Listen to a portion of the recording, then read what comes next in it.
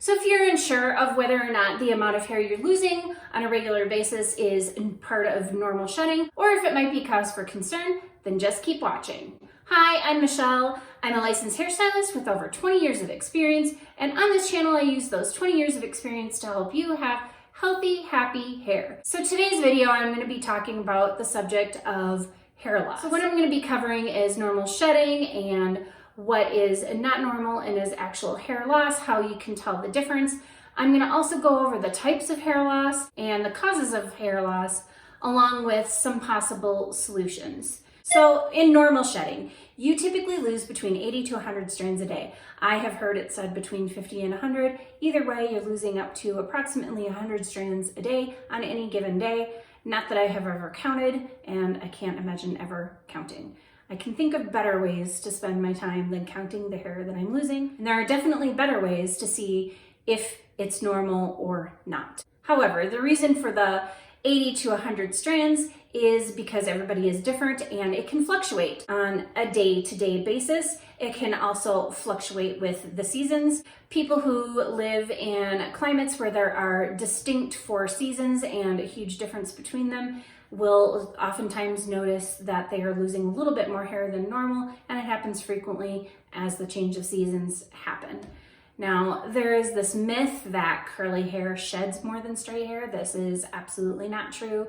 While it may seem that way, the reason why it is like that is because, for one, with straight hair, those strands that they're losing, as they're losing them, they're sliding right out because their hair's straight. There's nothing stopping it. Like the curls that our hair has keeps it from sliding. It'll just kind of stay bundled up in their little curl group with their curl friends, and it won't come out until you brush it, wash it, detangle it, whatever. That's when it typically comes out. But if the hair is straight, it can very easily just slide right out. So the straight hair people are still losing the same amount of strands.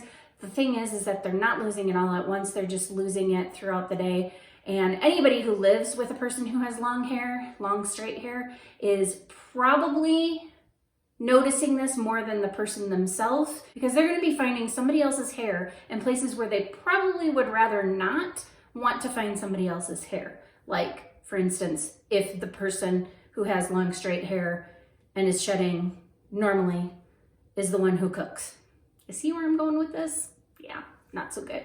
So another reason why it might seem like people with straight hair don't lose as much hair as people with curly is because people with straight hair can and do brush their hair in between their wash days. They may brush their hair more than once a day in order to keep it from getting tangled. People with curly hair generally are not going to do that because we don't want to be a big fluffy frizz bomb. So we don't tend to brush our hair until it's time to detangle our hair. That can be anywhere from, 3 days, 5 days, a week, or longer in between wash days, and that adds up. So for example, if you lose 100 strands per day and you go 5 days in between washing, that is 500 strands of hair that's coming out versus the 100 strands of hair that get brushed out in one day with a person who has straight hair. So it's the same amount, it just looks like more because it's all coming out of your hair at one time, because it sticks and stays and it doesn't just come out very easily. Also, when it comes to how big or how small the amount of the hairball that you have on any given day, there are other factors that can make it look like you're losing a lot more hair than what you actually are. For example, if you have longer hair, a longer piece of hair is going to wind all up and it'll look like there's more when it's all wadded up in a ball like this than a shorter piece of hair. And you can compare it to pieces of yarn or pieces of thread. If you take a piece of either one, like for example, thread, just take 2 pieces of thread. One is 6 inches long and the other one is like 1.5 feet long. And then you wad up the one that's longer and you wad up the one that's shorter. The one that's longer is going to look like it's made a bigger ball than the one that is shorter. And it's just because of the length. And then another thing that can affect how big one of these looks, like this probably looks a lot worse than what it is because my hair is coarse, meaning that the diameter of each of my individual hair strands is very large. And also my hair is dark, which makes it more visible too. So when you have a very large diameter hair strand, you can very easily see that. Finer hair is a lot easier or a lot harder to see with the naked eye than coarser hair is. And to illustrate that for you, take a piece of thread and a piece of yarn, a thicker piece of yarn, and cut them the same exact length and wind them both up and see which one has a bigger ball. So if you have coarser hair and you're seeing really large balls of hair when you're combing through your hair or detangling or whatever, it's probably just because your hair is coarse, it's more visible, and it's going to look like you have more hair coming out than you actually do just because of the size of the strands. So these are all the reasons why it's more important to focus on what's left on your head instead of focusing so much on what's coming out of your head. It's gross. Another important thing to remember is that hair does thin a little bit as we age. We start off with a certain number of strands and it gradually reduces as we get older. This does not necessarily mean that we're all going to automatically end up bald. However, it is just a normal part of the aging process for our hair to get slightly thinner as we get older. So now I'm going to talk about signs to look for as far as when you need to be concerned about your hair loss. Now, one of the telltale signs is around your hairline. If you happen to notice that your hairline is looking a little bit thinner and you're starting to see a little bit more scalp around the hairline than what you typically do, or for men, the way that it happens is it starts to recede a bit more, that would be a good indicator that you're probably experiencing some hair loss that is not typical or normal shedding. Another area to look for is along your part line. So, and you can see, I mean, my part is never even, but it's like all zigzaggy, and you can't see a whole lot of my scalp, just that little bit where the hair is separated, but you can't see my scalp on either side of it. When you are experiencing actual hair loss, you will start to see some of that scalp, and that will widen as the hair loss becomes more pronounced. Another thing you might start to notice is that your hair actually starts to feel thinner. You go to put your hair back in a ponytail and the ponytail doesn't seem as thick as it used to be, or you have to wrap the hair tie around it one extra loop more than what you're used to having to do. So that would be a good indicator of experiencing some hair loss and some thinning. So now that we've talked about the difference between normal shedding and what to look for when you're actually experiencing some thinning and some hair loss, and you've discovered that you fall into the group of hair loss, and now you need to know what to do next. So the next thing to figure out is what is causing it. So one of the common causes might be alopecia areata, and that one is actually a little bit different with the way that it presents. It may not be around the hairline or along the part line. You could just wind up with a bald spot just randomly here, there, and everywhere. And most of the time it is on the scalp, but you can also lose hair in patches anywhere on your body where you have hair, including your eyebrows, your eyelashes can come out. And that is a completely different condition and more hereditary. There are some treatments for that. However, those treatments require a trip to the doctor. And I highly recommend, if you notice random bald patches showing up, that you do make that trip to the doctor so that you can be diagnosed. And if there is anything that can work for your particular case, then your doctor can let you know that. Another cause of hair loss that is actually commonly overlooked, and I don't hear a lot of people talking about it, is inadequate blood flow to the scalp. Your hair follicles need the nourishment from your blood in order to grow your hair. If it does not have proper blood flow because your blood vessels are restricted for some reason, your hair is not going to be able to grow properly, and instead of being in the growth phase, it'll just stop and you will lose the hair, and you will have more hair in the resting phase than what you normally would otherwise, because you just don't have sufficient blood flow to your scalp to be able to sustain the amount of hair that you normally would be able to sustain. So restricted blood flow to the scalp can be caused by anything that would constrict your blood vessels And I know that smoking is definitely one of those things that can cause improper blood flow to your scalp, so that can cause hair loss.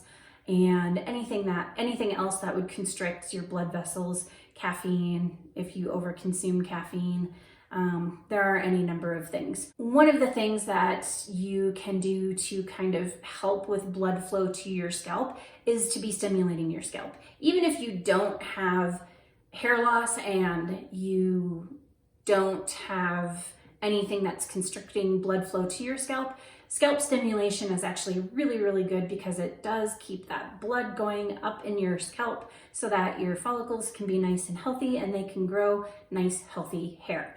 And one of the ways that you can stimulate your scalp is to massage your scalp. So you can do this while you're shampooing. You can get a scalp shampooing brush, scalp massager brush, and massage at your scalp.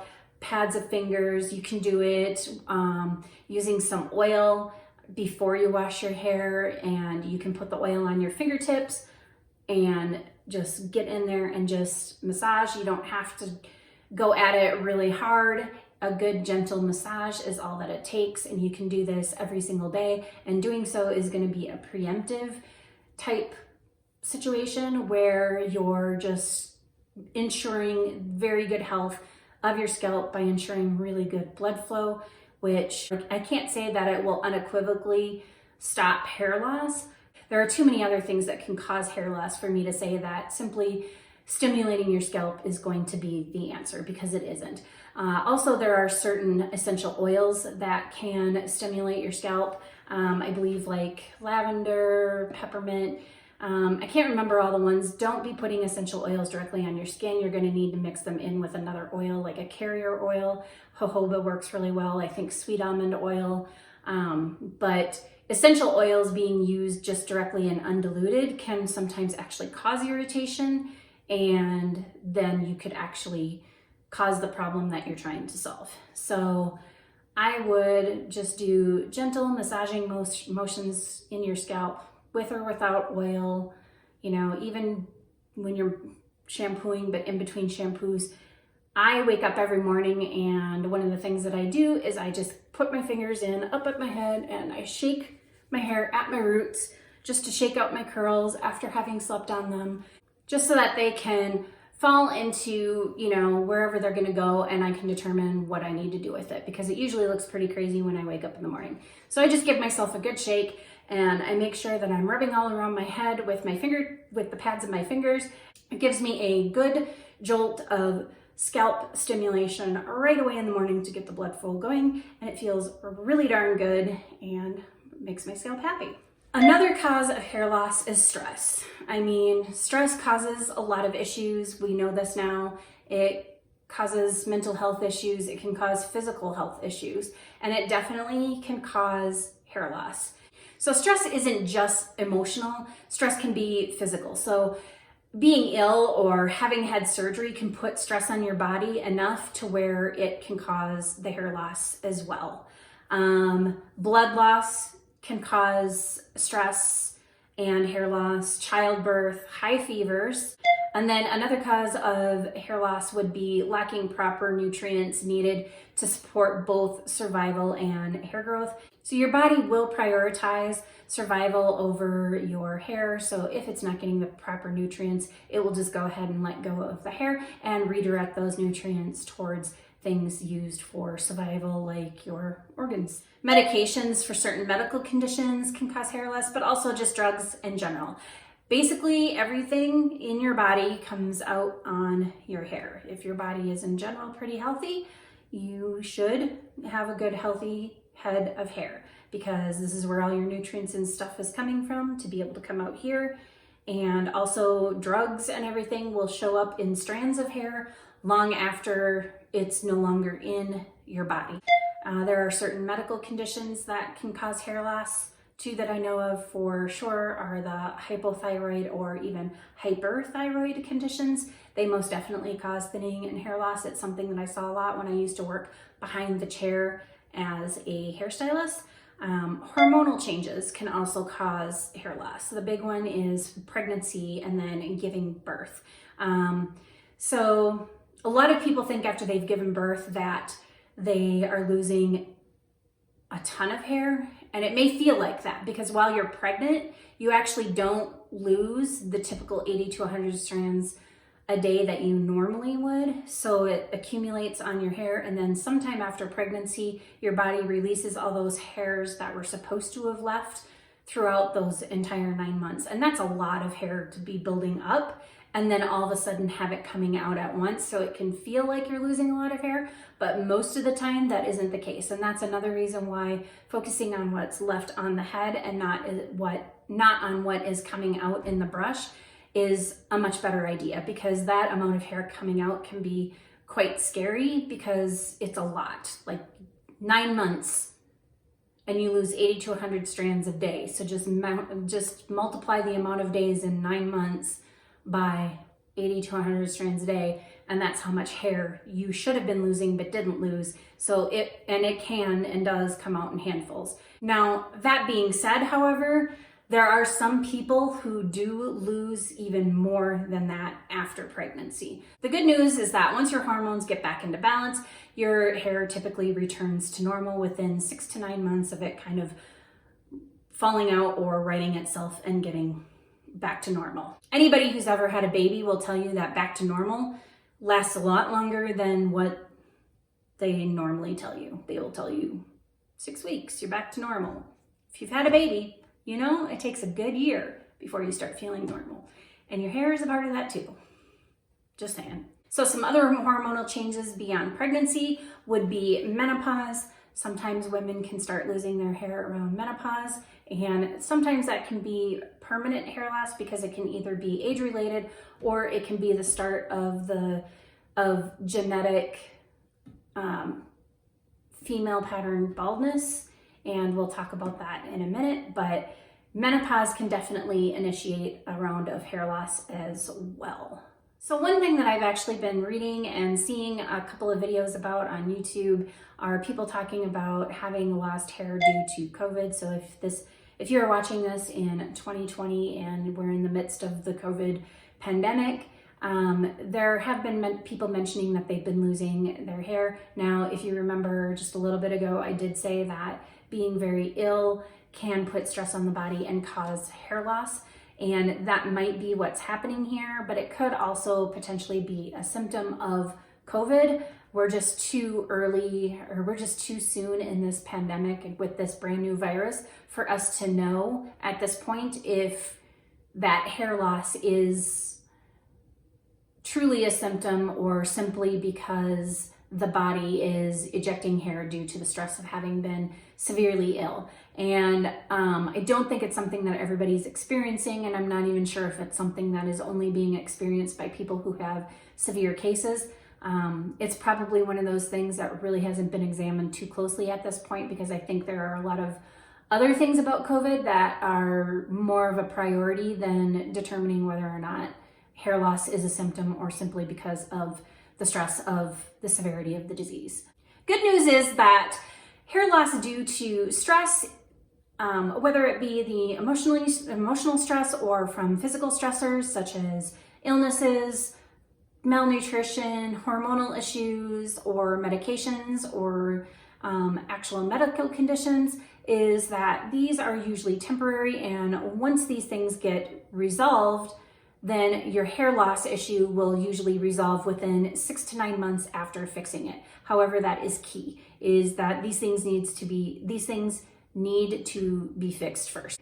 And there are ways to deal with the hair loss while you're waiting for that hair to come back. And I will get into this after I talk about the next cause of hair loss, which is androgenetic or hereditary hair loss.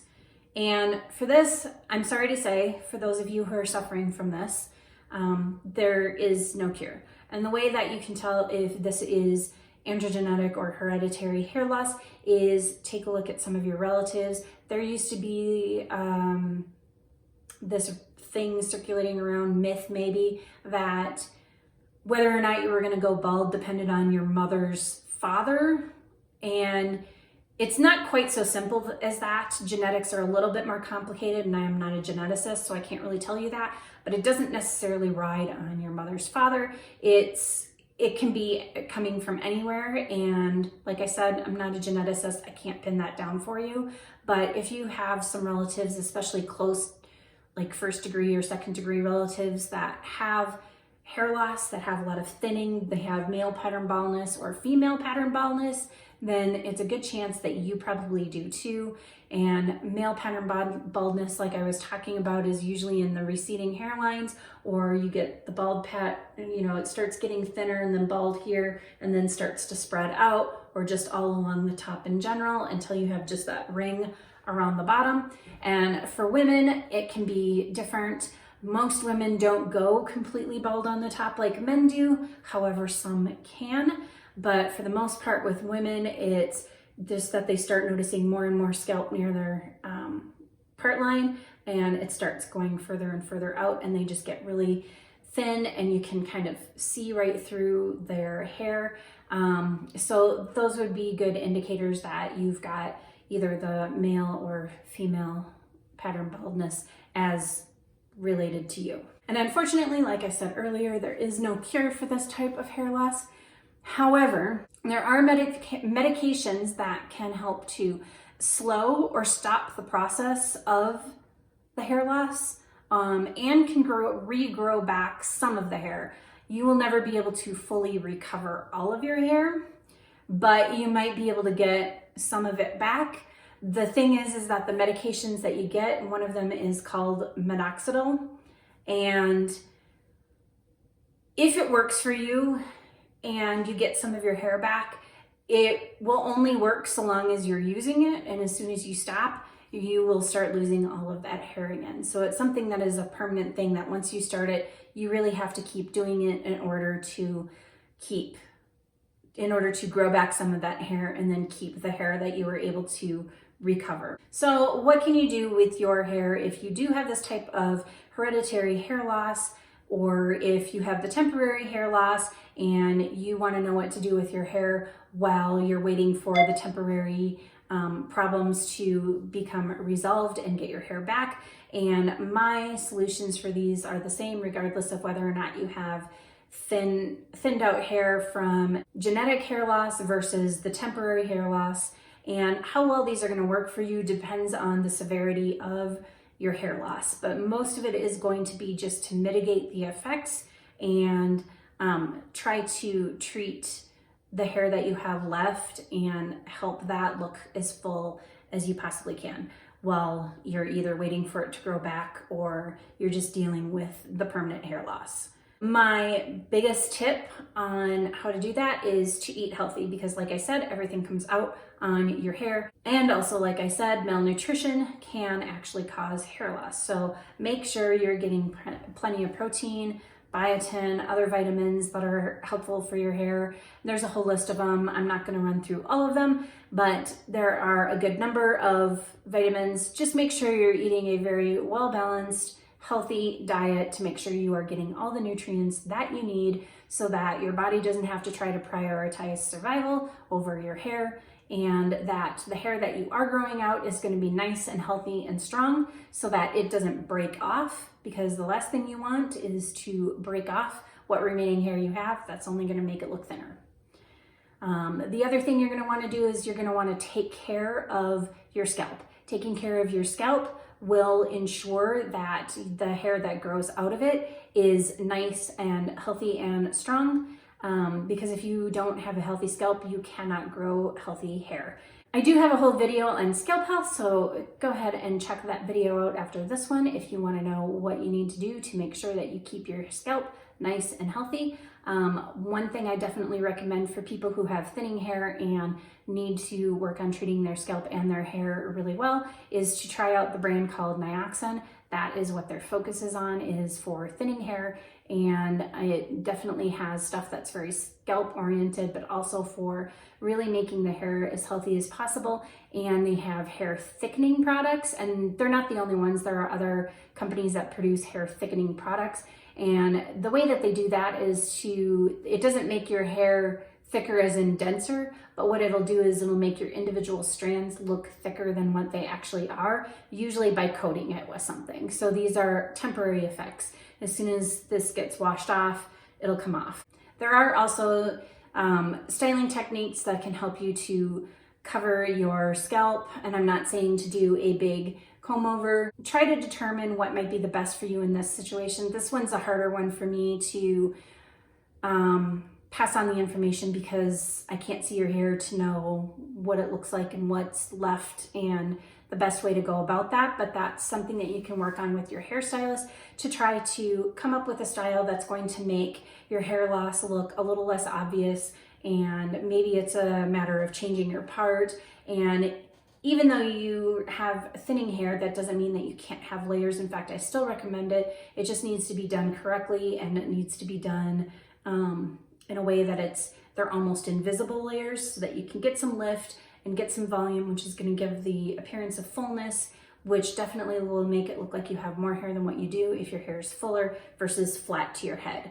And using styling techniques like maybe doing some back combing a little bit and anything that gives your hair a little bit more volume is going to make your hair look a little bit more full. And as I mentioned earlier, you're going to want to make sure you're not breaking your hair, so definitely be very gentle on your hair when you're brushing it, so that you are not breaking hair off. Be careful about any kind of chemical processes that you do, so hair coloring or any other chemical processes like perming or straightening or anything like that. Those things can and do cause hair breakage, and the last thing you want to do when you have thin hair is to have more of it break off so that you look like you have even less hair. My last little bit of information that I have for you is when to see your doctor. Hairstylists cannot fix everything related to hair. There's a lot that you need to just go see a doctor for. And in all cases of unexplained hair loss, you need to see your doctor to determine if there's an underlying medical reason you might be losing hair. So for example, if you are losing hair and you didn't recently change your diet, or you're losing hair and you're not experiencing a whole lot of stress, or whatever the case may be, if there's nothing that you can go, I started losing my hair when I did this or when this happened. If you can't find any sort of correlation, it's a good idea to make a trip to the doctor just so they can rule out a medical problem. Now, if your hair loss is medication related, also see a doctor, because you're not going to want to go off your medications or switch up the doses by yourself. That's something you need to see your doctor about. He might have an alternative plan, but that is a conversation that you would need to have with them, and they would know how they can help you with that problem. If it's genetic hair loss, you might want to go ahead and talk to a doctor in that situation so that you can see if you can get some of this prescribed medications that would help you to either slow down or stop that hair loss and potentially get some of that hair to come back. Another time to make a trip to the doctor would be if you see that you have scalp conditions like itchy, scaly, flaky skin, redness, that kind of thing on your scalp, and it's not clearing up. I would definitely go to see the doctor and see if they can do something for you, because some of these things can also cause hair loss. So if you have scalp conditions, see a doctor, have him get those fixed for you so that you can get your hair back. You don't want to be losing hair because of something that's preventable. So hopefully this video helped you to identify whether or not the amount of hair that you're losing regularly is normal, or if it's something that you need to be concerned about. And hopefully I've given you enough information to go on that you can determine what the cause is and what you need to do about it, and also when you need to see a doctor for that. If I have done that, then I have reached my goal. If you like this video, please go ahead and give me a thumbs up. If you'd like to see more content like this, please go ahead and subscribe, hit that notification bell while you're at it. And if you have any questions, comments, anything that you would like to see, go ahead and leave those down in my comment section or just say hi. And as always, thank you for watching. Bye.